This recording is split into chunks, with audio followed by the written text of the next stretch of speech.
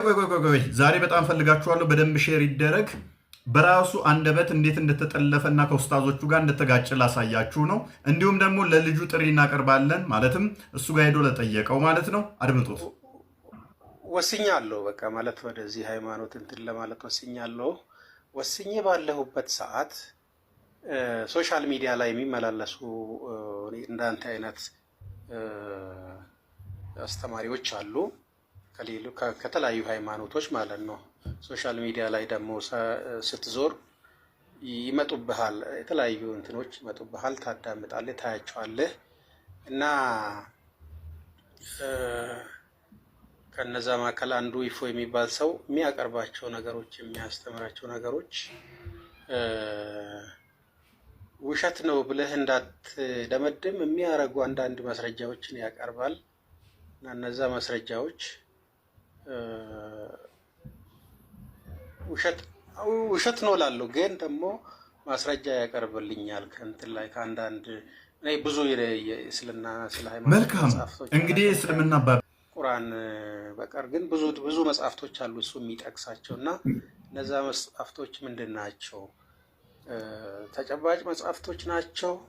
ማስረጃ ያቀርባል፣ ይጠቅሳቸዋል እና ያጠራጥሩኛል እነዛ ነገሮች። አሁን እኔ በቃ ደምድሜ ያለው ካልኩ በኋላ የሚያጠራጥሩ ነገሮችን እሱም ሆነ ማንኛቸውም ሰዎች ከሚዋሻቸው ውሸቶች ነቢዩ ሙሐመድ በአንድ ሌሊት 9 ሚስቶችን ወሲብ አድርጓል ሲሉ ሰምተህ ታውቃለህ? አታውቅም? ታውቃለህ አይደል? ተሾመ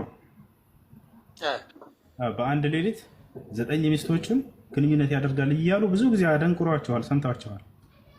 ለምሳሌ ይሄ ውሸት አልኩት። ለምሳሌ ባደረጋቸው የሚለው ግን አለ ወይ እዛ ላይ ከስንል የለም፣ በፍሱ ውሸታቸውን ነው።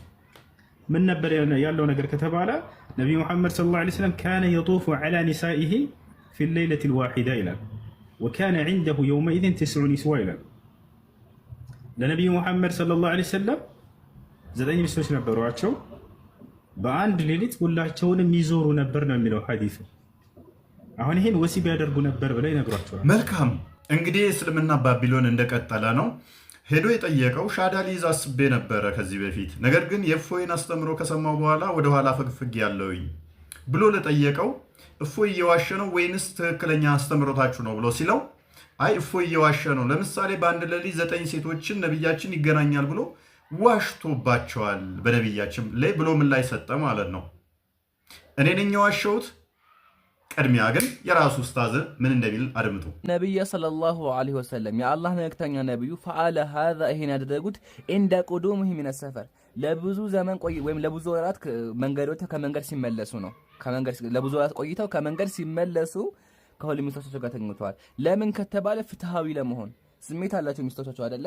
ስለዚህ ለሁሉም ፍትሃዊ ለመሆን እነሱ ጋር ጾታዊ ግንኙነት ያደርጉ ነበር። ለምን ከተባለ ሴቶች እንደምናውቀው ስሜት አላቸው እንደ ወንዶች አይደለ? ስለዚህ ያንን ስሜታቸው እንዳያስቸግራቸው ነብዩ ሰለላሁ ዐለይሂ ወሰለም ወደ አሁኑ ሲመጡ እነሱ ጋር ጠዋፍ ያደርጉ ነበር ወይም ደግሞ አብራቸው ይተኙ ነበር። ማስረጃ ተመልከቱ። ኢነል ሂክመተ እዚህ ጋር ጥበቡ ምንድነው ከተባለ ፊ ጠዋፊ ዐለይሂን እነሱ ጋር በአንድ መተኛቱ ጥቅሙ ምንድነው ከተባለ ካነ ነበረ ሊተሕሲኒህን እነሱን ለመንከባከብ ነበረ። ወካነሁ አራቸው ራሱ ፍትሃዊ ሆኖ ነብያችን ሁሉም ጋር ተኝተዋል። ለምን ሲባል ለብዙ ቆይተዋል፣ መንገድ ወጥተው ቆይተዋል። ስለዚህ ከመንገድ ሲመለሱ ያው የሁላቸውን ሐቅ ለመወጣት ከሁሉም ጋር በአንድ ላይ ተኝተዋል ነው።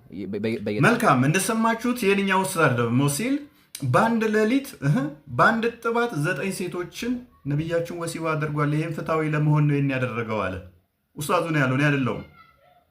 ማንኛው ነው ትክክል? ኢብን ሀጀር አልአስቀላኒ ይሄ ኡስታዝ ወይንስ ያንኛው እፎይ ዋሽቷል ነብያችን በአንድ ሌሊት 9 ሴቶች ጋር አልተገናኘም ያለው ነው? ማንኛው ነው ትክክል? ሌላ ኡስታዝ ደግሞ አሁንም ከሱ ጋር አትቅጠፍ በነብያችን ላይ ብሎ ያለውን ኡስታዝ የተከራከረውን አድምጡት። ይሄን ሐዲስ ሁለተኛው ሐዲስ አልፈሰረው ያሁኑ ሳለ ለምንድን ነው አንተ በዚህ ብቻ ተቂዳ ያደረከው ነው? ምክንያቱም ሁሉ ይሄን የሚናገረው ሌላ ሐዲስ ላይ ሌላ ሪዋያ ላይ ምንድነው ጂማ የሚል ቃል ፈጽሞ ጂማ ቃል መኖር እሱ ምንም ጂማ መኖር ምንም ግዴታ አይደለም። ይሄ እኮ አንድ ሰው ያውቀዋል እኮ። ሐዲሱ ምንድነው መጨረሻ እንደለው ሐዲሱ ምንድነው የሚለው ነብዩ ሰለላሁ ዐለይሂ ወሰለም ይችላል ወይ ሲባል የ30 ሰው ቁዋት ሰጥቷቸው አልተባለም? እንግዲህ እንደሰማችሁት ነው። ይህንኛው ኡስታዝ ደግሞ ከእሱ ጋር ቃል በቃል ዲቤት አድርጎት ምን ብሎታል? የራሱ ኡስታዝ ማለት ነው። አትቅጠፍ በነብያችን ላይ ሁሉም ሙፈሲሮቻችን የተስማሙ ነብያችን በአንድ ሌሊት 9 ሴቶችን በአንድ ጥባት እንደተገናኘ ነው። አንተ ለምንድን ነው እንደዚህ ብትለው ብሎ እየሞገተው ሰምተሃል ወንድማችን። ስለዚህ ማንኛው ነው ውሸታም? እነኚህ ሁሉ ዋሽተዋል ማለት ነው። ኡስታዞቹ እነኚህ እየዋሹ ያኛው የመጀመሪያው ኡስታዝ ነው ትክክል ማለት ነው። ሐዲሱስ ምን ይላል? እንደምትመለከቱት ነው። ቻፕተሩ ገና ሲጀምር ቻፕተር ይልና whoever had sexual intercourse with all his wives and then took one only bath ብሎ ነው ያስቀመጠው። አንድ ሻወር ብቻ ስለመታጠብ ከሁሉም ሴቶች ጋር ወሲብ አድርጎ ተገናኝቶ። ከዛ ሐዲሱ ሲቀጥል the prophet used to pass by or having sexual relation with all his wives in one night. At that time he had 9 wives.